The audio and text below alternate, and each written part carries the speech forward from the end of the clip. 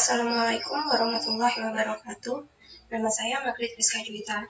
Di sini saya akan mengenalkan cara penggunaan Redis. Sebelum itu kita harus mengetahui Redis terlebih dahulu.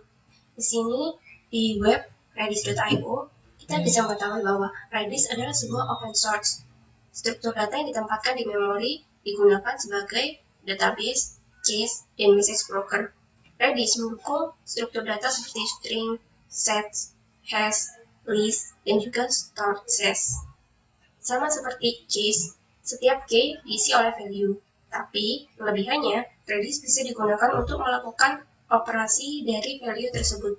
Cara terbaik untuk memahami Redis adalah dengan membuat model aplikasi tanpa memikirkan bagaimana caranya untuk menyimpan data di dalam database.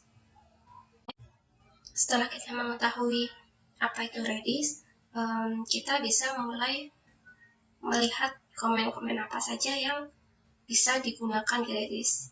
Nah, di sini kita bisa melihat ada timeout dan lain-lainnya. Tapi kita tidak akan bahas semuanya.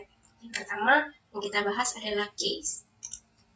Untuk mencari case bisa ketikkan saja di sini /case. Dan di sebelah kanan ini juga ada beberapa related comment untuk case. Sebelumnya kita akan membuka Redisnya terlebih dahulu dengan cara buka cmd, klik kanan dan administrator, kemudian ketikkan Redis new CLI. Nah, ini menunjukkan bahwa kita sudah bisa masuk di Redis. Tapi untuk mengecek, kita bisa mengetik string seperti ini, dan juga nanti bisa ada balasan pom.